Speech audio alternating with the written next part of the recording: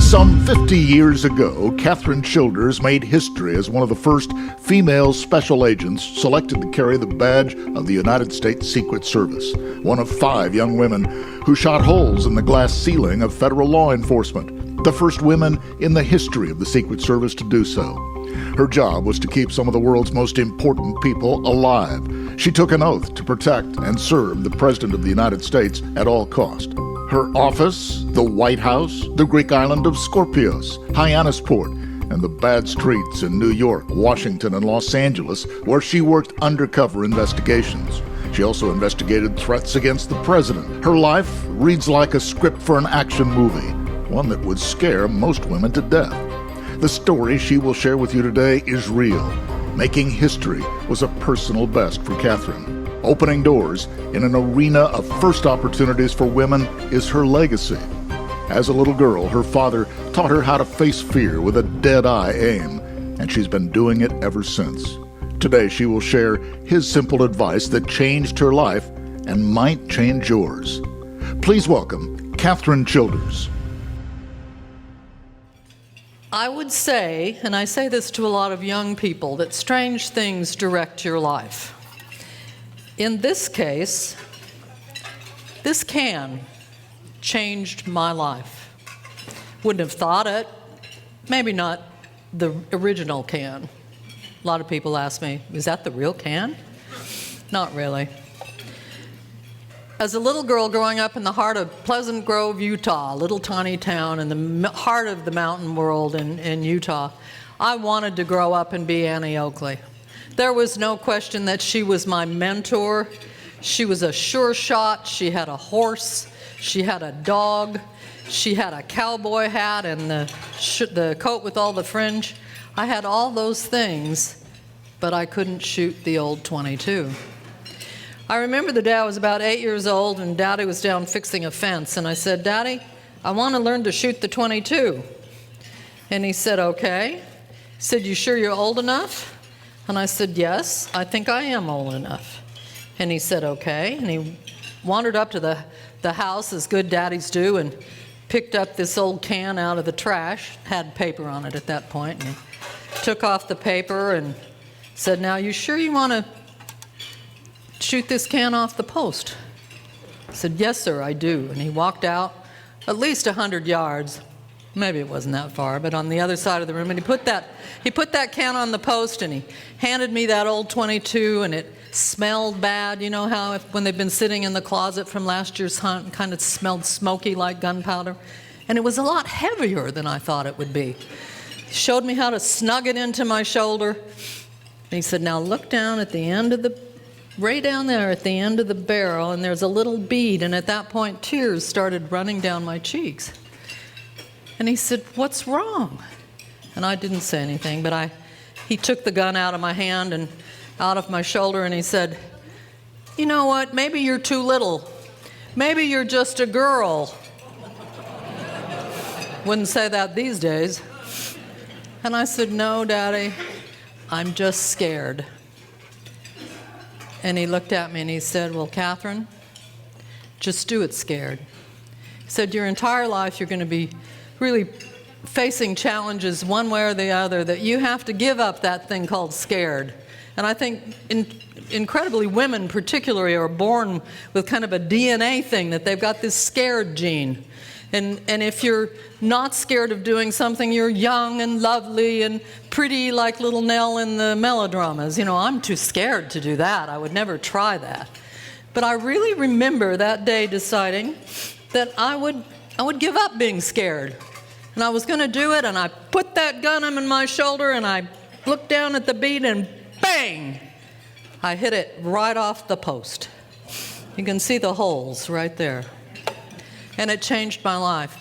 Because with that single event, I learned I could do something that I was scared of, and took the chance to try it. And secondly, I could do something that most girls would never try. Well, we moved from Colorado to, from this little town in Pleasant Grove to Pueblo, Colorado in I was born in 47. But I went to high school there at this old high school called Centennial High School. And particularly to girls like Abby, Kathy's daughter in the audience, you need to know there were no women's athletic programs. Being athletic was the kiss of death. My mother was sure I would never find a husband because my bowling shoes said what size my shoes were, and I beat the boys. I don't think they do that anymore either.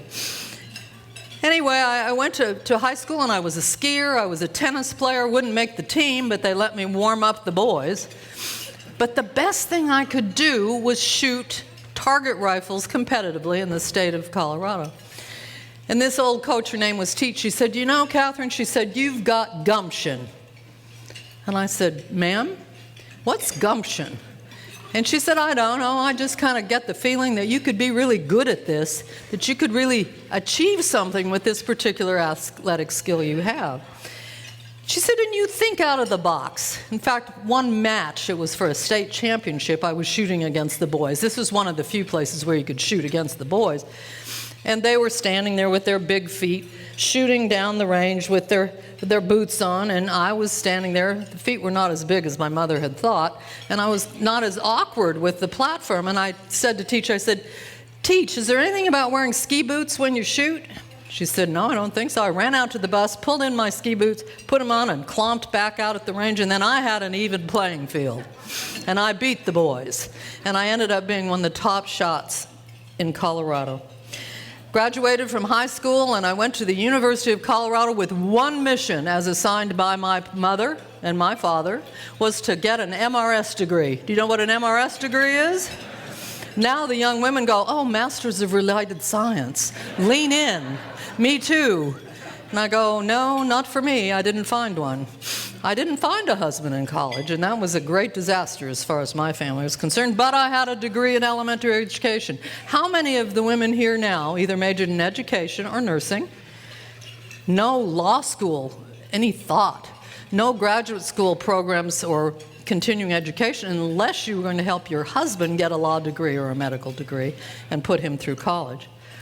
I did get the elementary education degree, and it actually came in handy later, but I wanted to do something more. I loved what John McCain said before he died. He said, "I wanted to be a part of something important." And in 1968, 69, and 70, we were almost in as much turmoil as we are now. The country was in horrible shape. Anger about the war in Vietnam, anger about the assassination of John F. Kennedy, Robert Kennedy, and then Martin Luther King. And as a young woman, I was looking for any opportunity to serve my country, and there were none that I could find. But I called a dean of women that I had become friends with at the University of Colorado.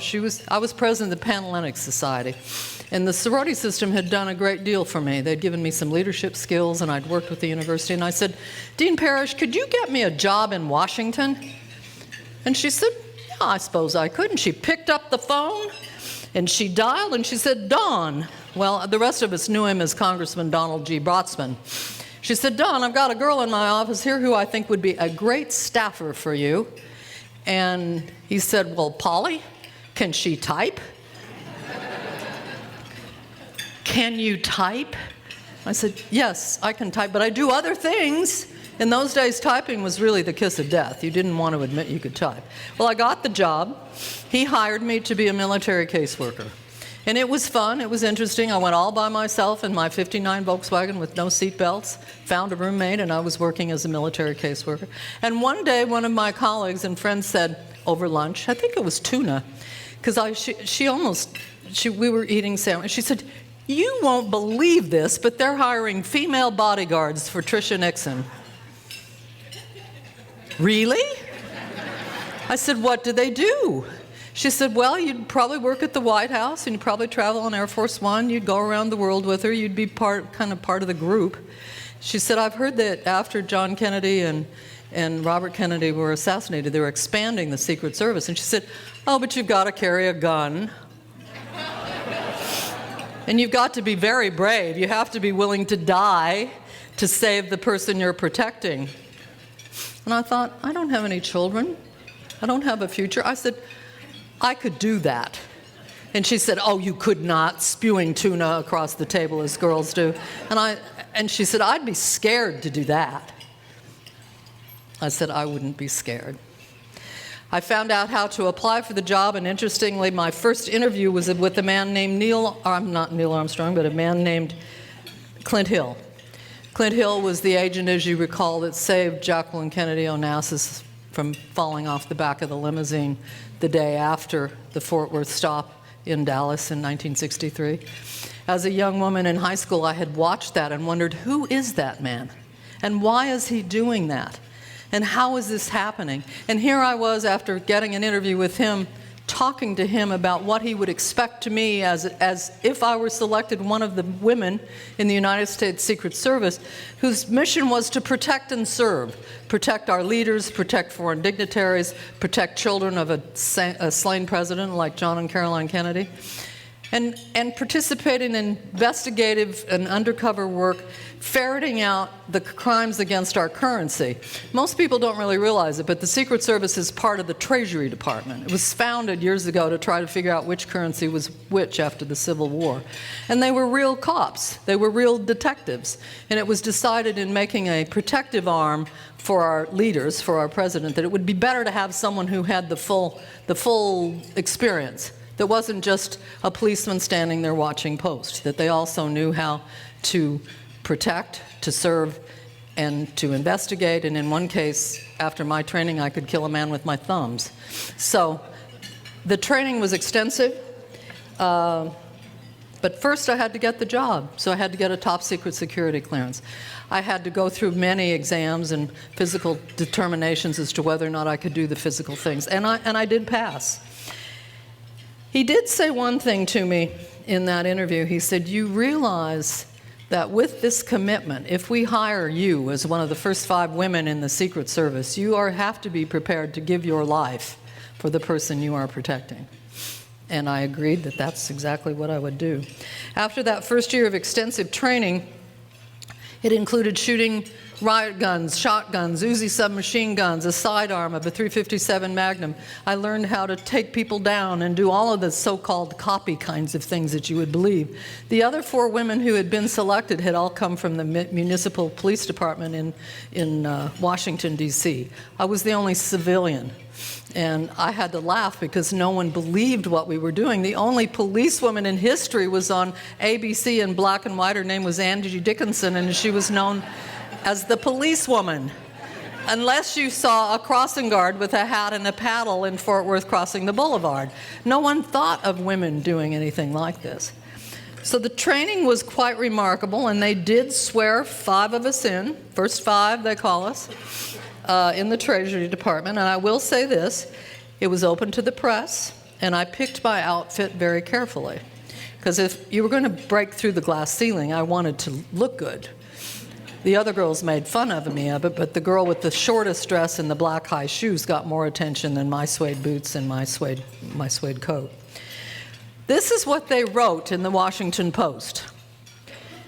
Dateline, Washington. 5 young women took the oath of office today as special agents of the U.S. Secret Service and became the first of their sex to join the 106-year-old history as special agents. Customarily, they'd be referred to as pretty. This is a quote.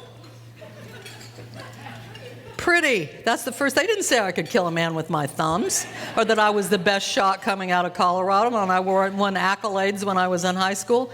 Pretty. Or at least attractive, since this is true of most young women successful in their careers. They entered the room with their faces averted because they were to work undercover later and were sworn with their backs to the camera. There was, now it even gets more detailed. Now we get to the heavy stuff.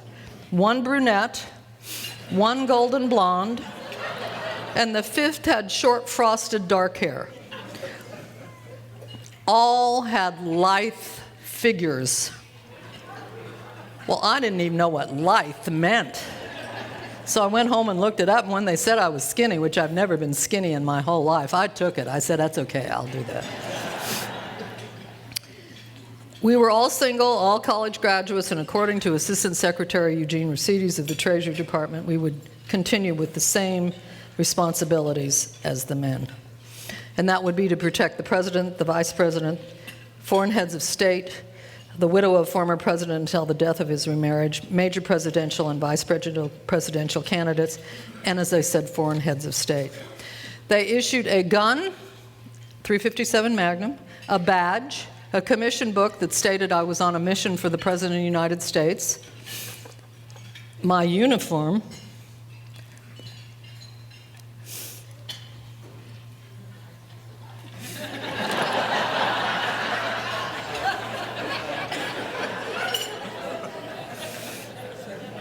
it worked. And an American Express card. In 1971, girls didn't get credit. You never got a letter in mail that said they would drop your interest rate from 13% down to 7% or whatever. You never got asked to that dance. You either had to have your father, your brother, any male that you could find on the corner sign on your application to get a credit card. Well, because I was in the Secret Service, they got my American Express card. And it is still dated 1971, and I still carry it today. I really think that of all the things, the gun, the badge, the commission books, the handcuffs, all that accoutrement, the American Express was really special. Training was extensive, involved a great deal to do with cars. I learned to drive the presidential limousine with 2 feet on the brake pedal and the gas so that you could travel at least 18 inches or closer behind the bumper of another car so that no one would come in between you to make an attack. At one point, they had us all dress up in shorts and tennis shoes and get a nice big swig of water and try to recreate what Clint Hill had done in Dallas, where he, after the shots were fired, leapt off the follow-up car as it was accelerating and pulled himself up with handholds on the back of the limousine to contain Mrs. Onassis, Mrs. Kennedy, who, as we've all heard the story, was horrified with the things that were on the trunk and was trying to collect really parts of the president's body and pull him back in the car. Clint Hill was a relatively young agent. He had been protecting Mrs. Kennedy for some time. If you've read his book called Mrs. Kennedy and Me, or 5 Presidents, it's a touching story. He literally leapt into the back of that car as it accelerated up to 40, 50 miles an hour, covered her body with his body, which is the ultimate thing Secret Service agents do to protect. And there's some kind of connection with that with caregiving. He was willing to do anything to try to protect her. And he did save her life and suffered many years, he even will say, with post-traumatic stress from that event. They also told us about a night stop. A night stop is the most dangerous thing in the investigative portion or in the police world that any of these police folks do. Because you're coming behind another car in the dark of night, you don't know who's there. This was a training mission. And there were 2 of us in a car, and there were what looked like 4 agent instructors in the front car, and they were driving around the training area at 140, I swear, hundreds of miles an hour. And we were behind them, following them, and our mission was to pull up to the side, put our badge out the window, and scream, "Secret Service, federal agent, pull over, you're under arrest, pull over." Well, they didn't react. My partner was driving. They slowed down. Remarkably, they slowed down, but then they sped up again. And we were looking and trying to see what was going on, and all of a sudden, they stopped again. They got out of the car like they were supposed to, put their hands up in the shadow of the dust and the grime and the grit that had been flowing around in the lights of the car. And I said to him, "Did you count them? How many? How many were there?" And he said, 4. Did you count them? And I said, I couldn't see. Was there 4 or 5? And this is the conversation going back and forth as it's deathly silent. We're both behind the wall of the protective cover of the door of the car, have our weapons trained on the car, screaming at them, "Throw your guns down, put your hands in the air." When all of a sudden, I felt the cold steel of a revolver behind my right ear. And the voice saying, "Bang. You're dead." What had happened was they dropped one of the guys. When they slowed down, one of the agent's instructors had rolled out, had fallen off to the side. They went a little bit further, so they literally got the drop on us. And from that day forward, the agent instructor said what you learned from that was not only was that dangerous, not only was it hard to do, but it taught you a really important what if that we didn't teach you about shooting and working up and doing all the things that you do with advances and all those things in protection and in police work. It taught you that if it doesn't look right, it's probably not. You've got to trust your gut. You've got to look around your surroundings and your entire situation to see if you think it's right. And then there's no real handbook. You just play it by ear. That was a life lesson. It was also a life lesson that I was going to have a sense of humor. One of my first assignments in the, shall we say, police division was to arrest a little woman named Minnie Miller with a big partner, probably as big as you are, who I think had worked he was like a halfback for the Washington Redskins. I know we don't mention them here in this part of the world. Anyway, we were making this arrest, and he was not happy. There was some discrimination. These men were not happy about our being brought in. They said, you can be police people, you can be adjuncts, but you can't be agents. That's a man's world. That's our man's bastion. But here we were, making this arrest. He was not happy. We got to the door, and you could hear all this shuffling going on in the back, and the sound of the music Shaft, which was very popular in Southeast Washington. And it was always taught in those kind of arrests, if there was contraband or counterfeit or whatever we were getting, you go in quickly, or it goes out the back door, or into the bathroom, into the commode. You have to move quickly. We're banging on the door. Federal agent, Secret Service, open the door, open the door. And still the shuffling, the sounds. And he looked at me and he said, you're so tough, you break down the door. I was lithe, remember? And I said, you're so tough, you break down the door and I'll shoot them. I'm a lot better shot than you are. So you really did genuinely have to keep your head about you and keep a sense of humor. Another lesson learned in a caregiving world. One day I had done all this preparation, and Clint Hill called me. And he said, we would like to put you on the Kennedy Children's Protective Detail. And you will protect John and Caroline. John was 14. I'm sorry, Caroline was 14, John was 11. By the way, they never called him John. That was a press name. He was only called John. When I first met him, he said, hello, I'm John Kennedy, and told me a joke. He was a very clever little sweet young fellow. My primary really person that I protected was Caroline. But for heaven's sakes, I said, what's my job? What's the rest of the story? He said, keep them safe, keep them happy, keep them comfortable, keep them alive, and keep them from embarrassing the President of the United States or their mother, Jacqueline Bouvier Kennedy. Onassis. And I said, they're 14 and 11. You can't be serious. Well, I began my new role as the pistol-packing nanny. And it was a good cover. Most people thought I was the nanny. They didn't know that I had a .357 Magnum, 6 extra rounds of handcuffs, a commission book, and a love red lipstick in my purse. Probably the most interesting trips with them were to the island of Scorpios.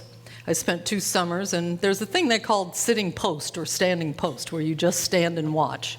It was not a bad assignment. It was at a small island across from Scorpios, and on a regular basis, Mrs. Onassis would invite me over to the yacht Christina to discuss what we were going to be doing in the next stop, which was at a tennis and skiing camp in Austria. And it was a fascinating observation. What I got from the Secret Service was not only incredible skills, but I felt like a mouse in the pocket of history. Here I was, standing and chatting with Mrs. O about Caroline's future plans on this huge yacht that had belonged, or did belong, to Aristotle Onassis. But it was also lonely. When I went off duty, I would go back over to this little island and had no friends. There was one agent that was with me. We would rotate back and forth to Athens. And I made friends with a little woman down the street who did not speak English. But that was okay. We would sit in the afternoon and drink coffee. If you've had Greek coffee, you know it's very strong. And every day when I would come by to say hello, she would share with me this cup of very dark Greek coffee. But she would never share with me. She would just go in her little tiny house that was yet to be completed and make the coffee and come out of a piece of cloth that covered the kitchen and give me the cup. We played a game where we would flip nickels. I got kind of clever when I was in the Secret Service and we didn't have anything to talk about or do, so we'd flip nickels. And she'd call heads or tails and we'd mark as to who won the guessing game. Later, her daughter came to Athens, I met her, and I said, "Why won't your mother have a cup of coffee with me?" And she smiled and she said, "Catherine, she's a very proud woman, and she only has one cup that she thinks is fine enough to share with you." And I've always been saddened that I didn't think to get that through my head that I could have given her as a gift another cup, so we could have shared that. We had fun times, crazy times. I protected Caroline at a tennis and skiing camp, but most often I was assigned to care with her in New York when she went to the Brearley School. And one day, you remember I'd been trained to drive the car, and I'd been trained to watch for snipers and all these bad guy things that happen in an assassination attempt. We weren't really worried that they would be assassinated. We were concerned about kidnapping. And she came out of school, she jumped in the back of the car, and she says, "I'm tutoring on First Avenue, hurry." I said, "Caroline, it's not on the schedule. I don't know where this place is." "Oh, I'll tell you, just go, go, go." So I'm driving down First Avenue, and she's saying, "Oh," as kids do in the backseat, turn left here." And I checked the traffic. I thought about all the things you do in downtown New York when you're trying to keep the most important little girl in the world safe, alive, happy, and calm. I turned left because there was no traffic coming at me. Just started to enter the other side of First Avenue, and bam, I was T-boned. And all I could think of is that there would be snipers on the roof, that there would be other cars that would come up and block us in, and I was alone with her. And I screamed at her, "Get down, get down." No, she was not my friend. We got along, and we had to have that relationship because she had to believe me. She got on the ground, I jumped out of the car, pulled out my revolver. At that point, I finally had a holster. Pulled out my gun and observed this man walking up from a strange-looking kidnapping vehicle. It was a 1963 Bondoed Caddy. It had, the fins that had been taken care of, and this little fellow had a rather large belly and suspenders and a little pork pie hat. And he looked at me, and I immediately, I don't know, so I threw him up over the top of the hood of the car. And he's kind of rolling. Because I remembered the feel of the cold steel behind my ear. I put the gun up and I said, "Secret Service, you're under arrest." He said, "What'd I do, lady? You hit me." And I'd hit him. It was a one-way street. But I gave him my card and I said, "The Secret Service can help you with this. This was my fault, and they'll fix your car. So don't get upset about it. Just call this number." Later that year, I had left the protection of John and Caroline and ran into Mrs. Jacqueline Kennedy Onassis on the street, just like a normal person. The traditional walk, the quiet voice, and we recognized. And she said, "Oh, Miss Clark, what are you up to these days?" And I said, "Oh, I've been protecting presidents, people running for president, working undercover, buying counterfeit." She said, "Oh my, undercover?" And I said, "Oh yes, it's kind of like acting with the gun in your purse. It's not that hard." And I said, "As a matter of fact, next week I'm protecting the Princess of Spain." And she smiled, and she said, "Oh, Miss Clark, you live such an interesting life." I was 23, I guess, talking to one of the most important women I had ever known. And I looked at her and I said, "Thank you, ma'am. It's all relative." And it certainly was. I'm going to tell you about the Queen of Spain. She was my very favorite foreign dignitary. I was working at the White House, and they brought me to the South Grounds, and the head of that detail, Jerry Parr, said, You're going to protect the Queen for the next week, no matter where she goes, no matter what she does. You stay within 2 to 3 feet of her, whatever she wants to do, and you keep her happy and keep her from embarrassing the United States. And I said, okay, we can do that. One of the best part of that was a state dinner. And I have told this story, maybe some of you have heard it, that the worst part was that I had the pledge formal to wear to the state dinner, but the bag was a big leather shoulder bag filled with all that stuff, and I had no purse. Now, you wouldn't think that was a big deal to a Secret Service agent, but you can't go to a state dinner with a 30-pound purse on your shoulder. So I raced over to Garfinkel's on my way back to the White House, and this lady in the purse department was quite aghast to see this young woman with a wiglet attached. Remember wiglet? In a kind of a pledge formal looking gown for the 70s, with my badge saying, "I need a purse for my gun." All of a sudden, this red, white, and blue haze passed across her eyes. She was rather large, wearing black stockings, whatever. Pearls held her glasses, and her chest started going in and out and in and out. Suddenly, she was on my team, grabbed every purse she'd ever had in her department that was black, took me into the dressing room, and we sat there adjusting which purse would hold my gun, my badge, and whatever. And it worked. And I went to the state dinner, and then later was told that I was going to be continuing with her to the blast-off of the Apollo 12 moon mission. I think of all the things I did, that was the most interesting and exciting and earth-shaking. I sat with the Vice President, the Prince of Spain, the Queen of Spain, Henry Kissinger, who was Secretary of State, and Neil Armstrong. And I listened, couldn't watch because our job was to keep track of everything that went on when the blast-off went off, because that's when you really worry whether it's a kick-up, a black, some event that will cover an event like an assassination attempt or a kidnapping with what was happening. So I didn't really see it, but I felt it. If you have not seen First Man, see it. It's a wonderful movie about Neil Armstrong, the man who walked on the moon. But when that rocket took off, the earth shook. You could feel it. It sounded like an old Model T, rat-a-tat, rat-a-tat, rat-a-tat, rat-a-tat. And I heard the Prince say to Neil Armstrong, "What's it like to walk on the moon?" And he was a very quiet, effusive, I guess would be a word, and he said, "I felt very small." And I thought, for a man who made history with such a remarkable thing, that was a really pretty simple answer, but was probably obviously true. Well, my mother saw me sitting next to the Queen of Spain in the galley. There were 7,500 of us up close, another 500,000 watching on the coast of Florida, and thousands across the United States. She was not particularly proud. She called my sister and she said, "She'll never get married."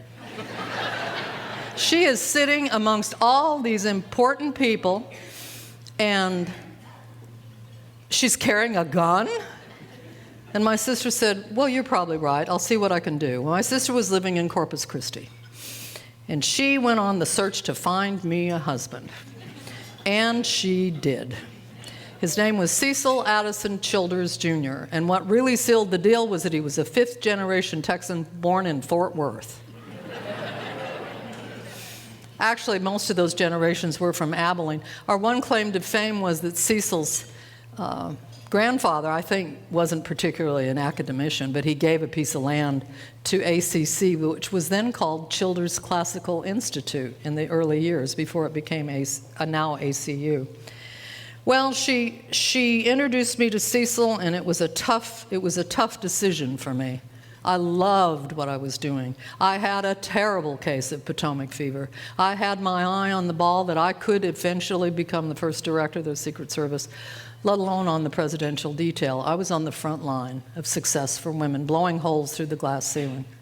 But I could see that my life was going to be dismal. It was going to be lonely, wasn't going to have children, wasn't going to have any personal life whatsoever. In fact, I did have a date with a fellow, and he made fun of me because I had handcuffs in my purse. Because you carry your gun and your badge and everything with you. And so in this party, he said, "You can't use those." I said, "Oh, yes, I can," and I handcuffed him to the chair. It got worse when I realized I didn't have the key. Anyway, I married Cecil after he proposed to me on the rifle range at training. We trained all the time. And I was shooting a Uzi submachine gun. And this conning tower says, "Make your weapons safe. Put your weapons in the air." And kind of, Agent Clark has a phone call from Texas. Well, I thought maybe my mother was ill, my sister was calling, but I climbed to the top of the con and go, "Agent Clark," and it's Cecil's nurse.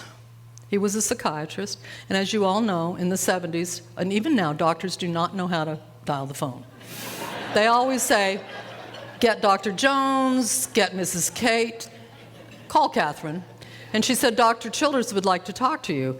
Well, Dr. Childers and all the men are waiting, and they're really disgusted, and they really want to go forward with what we were doing.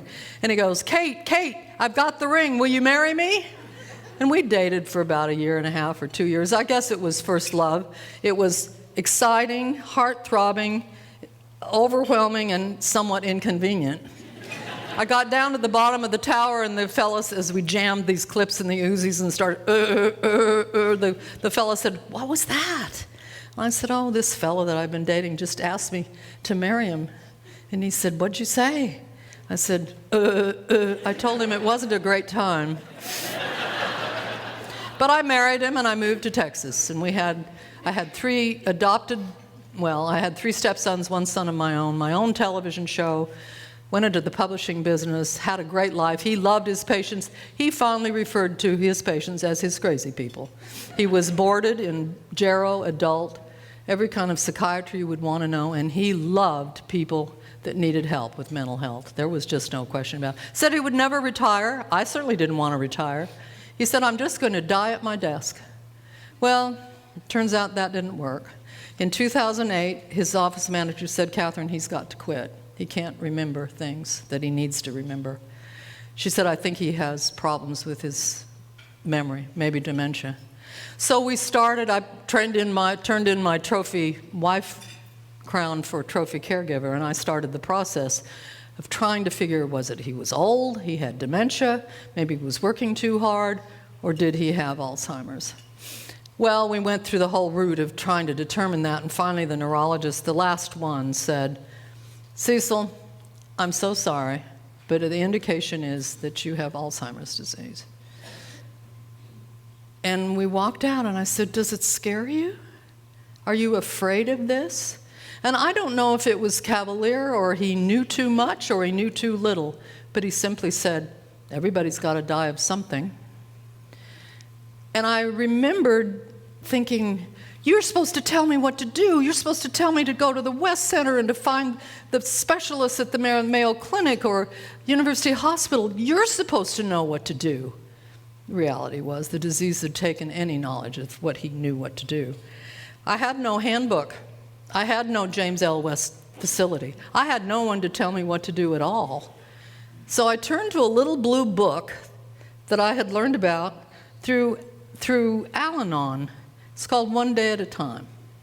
And I used that little book. I just took out alcohol and just replaced the first line of being absolutely helpless over Alzheimer's, and did the best I could for the next 8 years to figure out how to live one day at a time and let go and let God. I threw him into a Airstream trailer. We drove 30,000 miles. I drove, he watched. I even learned to back the damn thing up. And I found time and time again that many women and many families were absolutely shanghaied. They couldn't do it because women wouldn't learn to back up the truck. But we did. We came back. When we came back, his health worsened. And as we drove back and forth to Corpus Christi, to doctor's appointments and whatever, he would count trucks. All the way in, all the way back, sometimes up to 100 trucks. Not big trucks, not red Volkswagens, not convertibles, trucks. And I will say my patient waned a little bit. And finally I said, "Cecil, why are you counting trucks?" And he looked at me sadly with these piercing blue eyes, and he said, "Because I can." And it did serve a purpose. Then things really went south, and I'm going to just wrap it up here on telling you that Hurricane Harvey hit Cecil and me in our home about a year ago on August 25th in our little hamlet where we had retired in Rockport, Texas. lived under a canopy of oak trees. He loved it there. Remarkably, he liked to feed squirrels. He loved crazy people, and he always said, all my friends are nuts. It went pretty well until the storm came. And then we hit another plateau, both physically, emotionally, and mentally. The mayor told us to leave or write our social number on our forearms so that they could identify the bodies because they thought it would be so bad. We did. We came back to a total decimated home and a community. South Texas is still not recovered. And I think it will be some time until that. And then I had to make the horrible choice of putting him in a group home. I'd done it. I'd made it through being funny and clever and turning his counting trucks into games, but he had to go to a group home, and he hated it. He hated being there. And the guilt was the hardest thing I've ever had. I didn't have James L. West to help me. Cecil always said guilt was that gold stuff around mirrors, so I guess he was a psychiatrist. Maybe he knew. I'm going to wrap it up by saying we came back from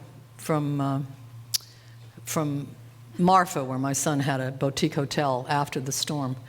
And we were driving. He was counting trucks. Then he was starting to count speed signs. I mean, I needed a break. And all of a sudden, we pulled up to this I-90 checkpoint, where there were the border checkpoint. And I have this big sticker on my truck that says former agent, United States Secret Service, with a big star. And I thought, well, this will be kind of fun. They're going to be impressed. We pulled up, and the dog even kind of saluted in the back. Cecil didn't pay much attention. The men braced, kind of, like you do when a general comes in. They'd seen the star. Their eyes and mine locked, and they went complete to the right, and they looked at Cecil, and they saluted, and they said, "Thank you, sir, for your service." So what good does making history do? Life keeps you humble. I'm delighted to have been here today. All I can say is I didn't have what you have here, nor do many people in the state have it. And what you're doing is a gift, and I thank you for doing it. I have one more funny TV story, but I think we're out of time. Can I do it? Sure. 2 minutes? One person asked, come up here. This is Glenn. I chose him because his wife's sitting right here, so if I flirt with him, she can throw her purse at me. I was on TV for 21 years, interviewed celebrities, James Michener, the goats that were in the 4-H show. You don't have to deal with that. People always ask me, who was the most famous, good-looking, wonderful celebrity man you ever interviewed? And I said it had to be Robert Wagner. So you are my Robert Wagner today. I think he probably wears a little scruff, don't you think? Nice-looking eyes. Okay, good sense of humor. And I said to him, if you had to choose, of all the characters that you played, Heart to Heart, you liked that one, right? Right. Stephanie Powers, I had big hairs one day. And I said, if you had to choose, who would you choose to marry your oldest daughter? And he looked at me and he said, oh, Catherine, what a good question. Kind of sexy. Yeah. Okay, did you hear what I said? Oh, Catherine. You're going to have to speak up. They can't. And with heart. Oh, Catherine, what a good question. One more time with gusto. Oh, Catherine, what a good question. I went home and took off the part about what a good question, and that's how I go to bed at night. Thank you all.